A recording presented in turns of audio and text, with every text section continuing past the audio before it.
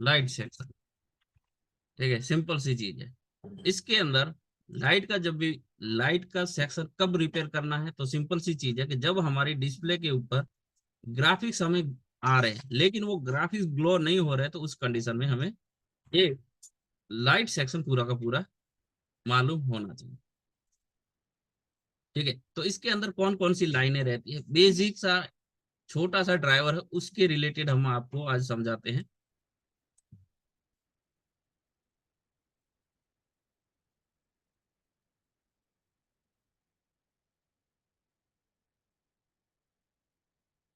6 leg वाला normal सा, ठीक है, जिसके अंदर हमारा काउंटिंग 1 2 3 4 लेग, 5वां लेग, और ये छठा लेग।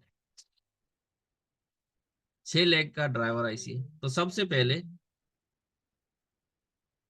एलसीडी के अंदर जो लाइट सेक्शन है उसके लिए कौन कौन सी लाइनें होती हैं, सबसे पहले ये हमें पता होना चाहिए।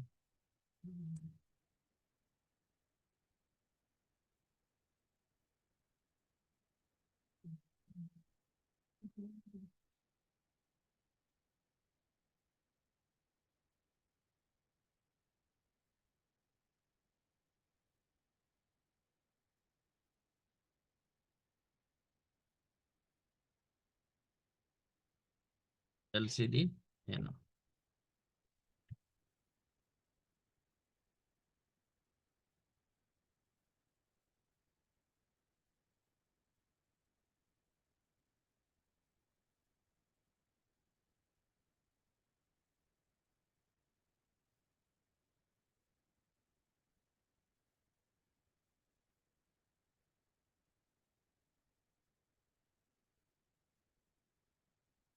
सीएबीसी।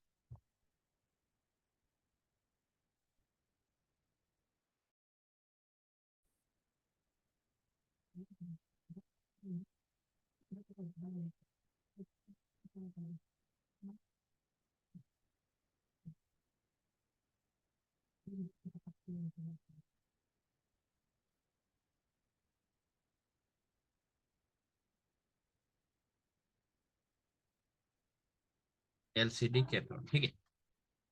जब भी हमारा लाइट सेक्शन की बात आती है तो ये 3 लाइनें हमारी, सबसे पहले नॉर्मल एलसीडी की जो लाइन है, ये 3 हमें पता होनी चाहिए। ठीक है, एलसीडी एनोड क्या है, तो जो हमारा बूस्ट सर्किट बनता है इस ड्राइवर के जरिए, वो हमारी बूस्ट सर्किट की आउटपुट हमें मिलती है एलसीडी एनोड लाइन के ऊपर, जिसके जरिए हमारी डिस्प्ले की छोटी छोटी जो एलईडी है वो जलती है और उससे हमारा ग्राफिक्स जो ग्लो होता है। ठीक है, दूसरी है सीएबीसी।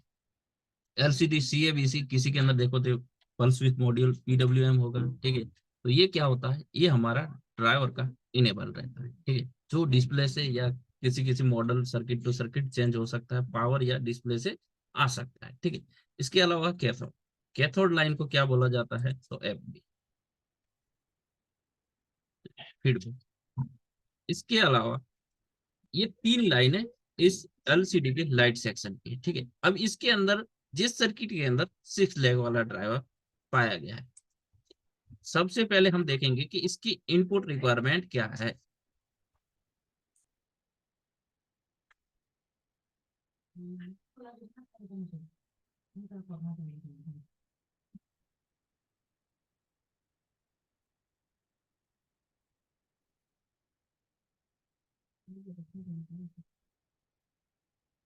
वीपीएच इसका इनपुट रिक्वायरमेंट रहता है। ठीक है,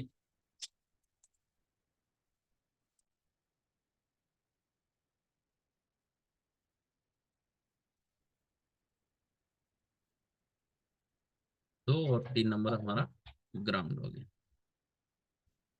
ठीक है, अब ये इसकी इनपुट रिक्वायरमेंट है और ये सीएबी से इस ड्राइवर का इनेबल। ठीक है, ये फीडबैक है, ये आउटपुट है।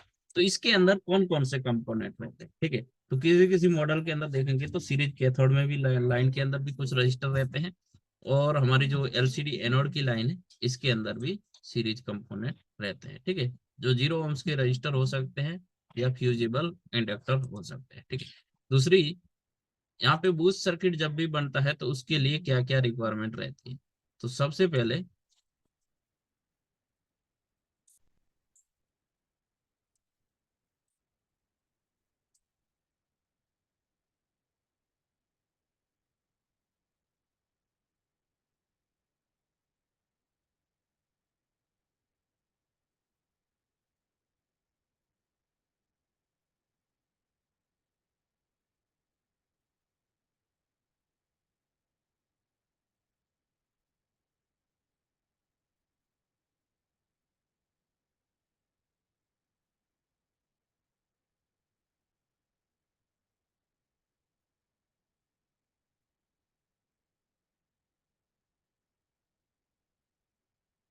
ठीक है, ये रहा हमारा एल इंडक्टर, बूस्ट इंडक्टर, और ये डायोड।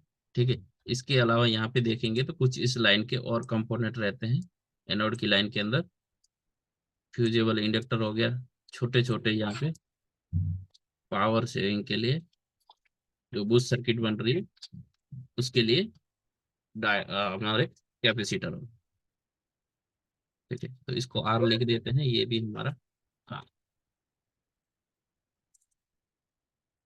सी सी।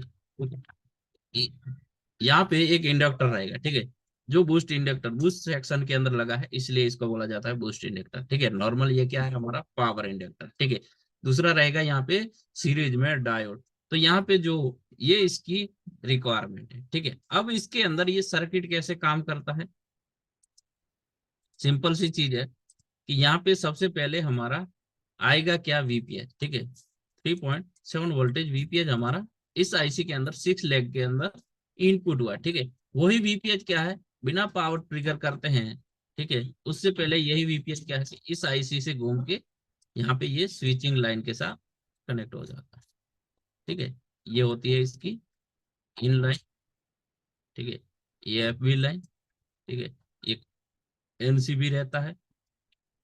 ठीक है, और ये हमारा ड्राइवर का ग्राउंड है, और ये 5 नंबर हो गया ई एन, इनेबल। ठीक है, तो यहाँ पे ये जो वीपीएच आ रहा है विदाउट पावर ट्रिगर किए हुए, ये वीपीएच क्या है, सिंपल सा हमारी एलसीडी की एनोड लाइन के तक पहुंच जाएगा। ठीक है, तो ये बैटरी कनेक्ट करते ही यहाँ तक ये चीजें पहुंच गई। अब जैसे ही हमने एलसीडी कनेक्ट किया, एलसीडी कनेक्ट करने के बाद आपने पावर ट्रिगर किया, सेट ऑन हुआ। ठीक है, सेट जैसे ही ऑन होता है तो हमारा क्या है कि एलसीडी से एक सीएबीसी की वोल्टेज जाती है, जो किसके लिए, इस ड्राइवर के इनेबल के लिए। ठीक है, ये ड्राइवर इनेबल होके क्या करेगा, स्विचिंग करेगा। ठीक है, स्विचिंग करके क्या करेगा, ये बूस्ट वोल्टेज को जनरेट करेगा। ठीक है, जैसे इसको 1.8 मिलेगा तो उसके अकॉर्डिंग यहाँ से 14 वोल्टेज से लेके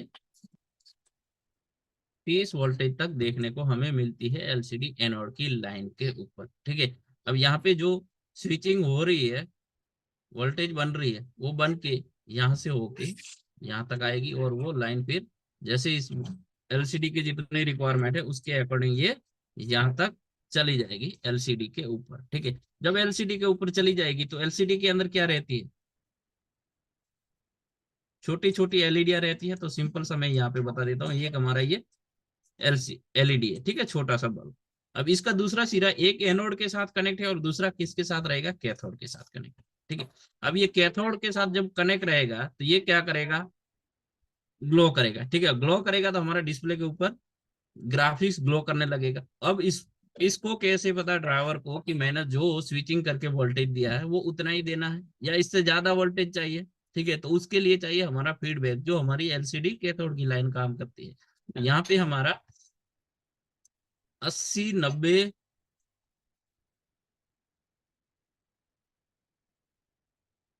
मिली वोल्टेज आती है।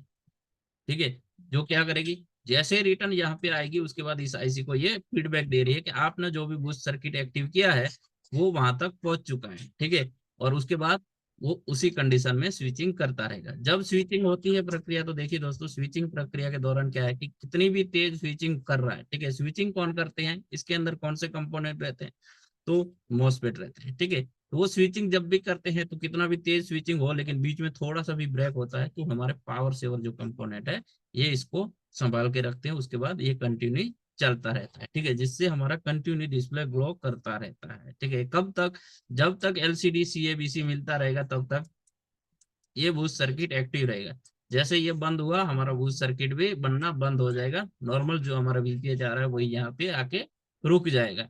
जैसे आपने पावर ट्रिगर किया, फिर से ये वोल्टेज यहाँ तक आई, फिर से इसने स्विचिंग स्टार्ट किया, और इसी कंडीशन में ये चलता रहता है जब तक ये इसको इनेबल मिलेगा तब तक। ठीक है, अब इसी चीज को अगर हमें स्केमेटिक के अंदर समझना है, ठीक है, तो देखिए सबसे पहले हमें इस बेसिक के अंदर हम देखते हैं तो कहाँ से पकड़ेंगे, या तो सीएबीसी की लाइन पकड़ लो या एलसीडी एनोड की लाइन पकड़ लो, तो सीधा क्या के स्केमेटिक के अंदर हम रीड कर सकते हैं उस चीज को। ठीक है, ऐसे ही नहीं पढ़ सकते क्योंकि यहाँ पे 34 पेज है इस स्केमेटिक के। तो यहाँ पे सिंपल सा है कि इसके जैक को अगर कॉपी करेंगे तो एलसीडी एनोड की लाइन वहीं से हमें आगे तक लेके जाएगी।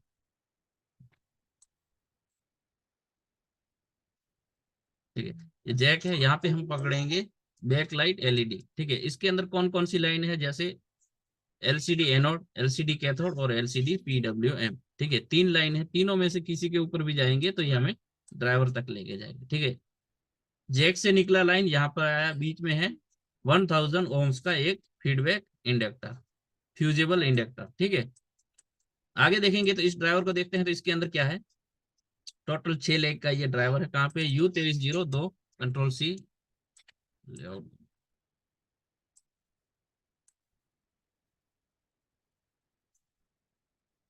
ठीक है, इसको हम हमारा बोर्ड समझते हैं। तो ये रहा, ये हमारा क्या है, 6 लेग वाला ड्राइवर। तो सबसे पहले जब लाइट नहीं बन रही है बिल्कुल भी, तो हमें क्या है, एनोड की लाइन को कंफर्म करने के लिए यहाँ तक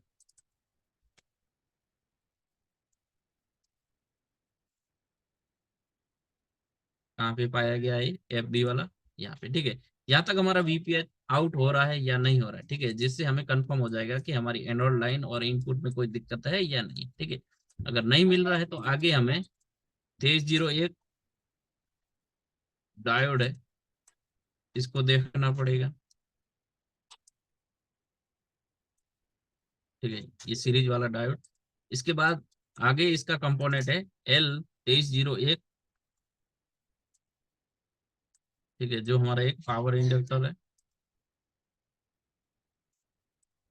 ये वाला। ठीक है, यहाँ तक आ रहा है या नहीं आ रहा है। अगर यहाँ तक नहीं आ रहा है तो फिर आगे हम चेक करेंगे यहाँ पे।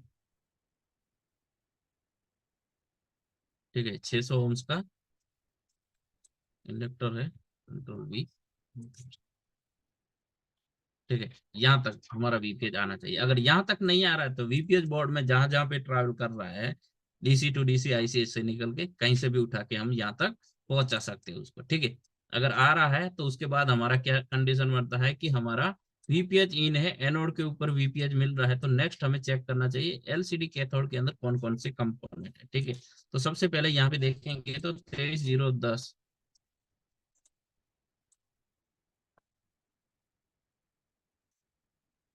ठीक है, ये हमारा कैथोड लाइन का 10 ओम्स का एक रजिस्टर है। ठीक है, बाकी है ये हमारा 0.22 माइक्रोफेराड का कैपेसिटर। ठीक है, जो हमारे 2 नंबर के साथ कनेक्ट है और 3 नंबर हमारा है ग्राउंड। ठीक है, इसके अलावा इस कैथोड को देखेंगे तो और कोई सीरीज कंपोनेंट नहीं है। ठीक है, कैथोड एनोड दोनों ओके होने के बाद VPH यहाँ तक आ रहा है एनोड तक, तो हमारा क्या है, एनोड लाइन भी ओके है और हमारा इनपुट भी ओके है, कैथोड भी ओके है। तो अब हमारी आगे बात आती है कि तीसरे नंबर में हमें चेक करना है LCD PWM या तो PMW आउट। ठीक है, दोनों में से कहाँ से आ रही है, तो LCD PWM। ठीक है, LCD से आ रहा है इसका PWM। ठीक है, लेकिन यहाँ पे लिखा है NF2312। तो इस तरीके से कभी कभी कंफ्यूजन रहती है, तो हमें चेक कर लेना, एक बार वेरीफाई कर लेना। 2312 नंबर का रजिस्टर। ठीक है, जो यहाँ पे नहीं है, मतलब ये लाइन ओपन है। आपके पास जो बोर्ड है उसके अंदर देख लेना है कि यहाँ पे ये कंपोनेंट है या नहीं है। ठीक है, अगर नहीं है तो सीधी बात है, इस लाइन को हम पकड़ेंगे। ठीक है, तो उस कंडीशन में हम क्या करेंगे,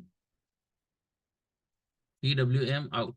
ठीक है, तो यहाँ पे भी NF लिखा है, तो ये है या नहीं है। U701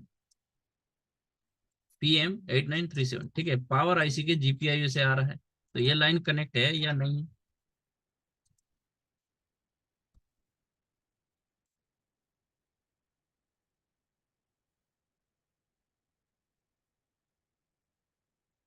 ठीक है, ये कंपोनेंट यहाँ पे मौजूद है।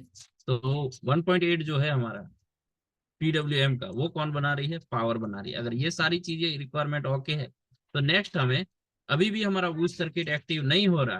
ठीक है, VPH भी इनपुट है, एनोड लाइन ओके है, कैथोड की लाइन के अंदर कोई भी प्रॉब्लम नहीं है, PWM की वोल्टेज भी आ रही है, तो नेक्स्ट फिर आगे हमें देखना पड़ता है कि ये ड्राइवर बूस्ट सर्किट क्यों नहीं बना रहा है। ठीक है, तो बूस्ट सर्किट देखिए अकेला ड्राइवर नहीं बनाता है, इसके लिए इसको ये दोनों कंपोनेंट चाहिए, डायोड और पावर इंडक्टर। ठीक है, तो उस कंडीशन में हमारा L2301 जो 10 माइक्रो हेनरी का इंडक्टर है, ठीक है, इसको हमें एलसीआर मल्टीमीटर से चेक करना है कि इसकी हेनरी में कोई दिक्कत है या नहीं। ठीक है, अगर नहीं है हेनरी मीटर तो सिंपल सी चीज है, आपके पास जो भी स्क्रैप बोर्ड है उनमें से देख लेना है कि 10 माइक्रो हेनरी का इंडक्टर कहाँ पे लगाया गया है, किस मॉडल के अंदर। ठीक है, तो वहां से निकाल के सीधा रिप्लेस कर लो और डायोड को रिप्लेस कर लो। फिर भी हमारा बूस्ट सर्किट एक्टिव नहीं होता है, तो लास्ट में हमारा बचता है ड्राइवर खुद।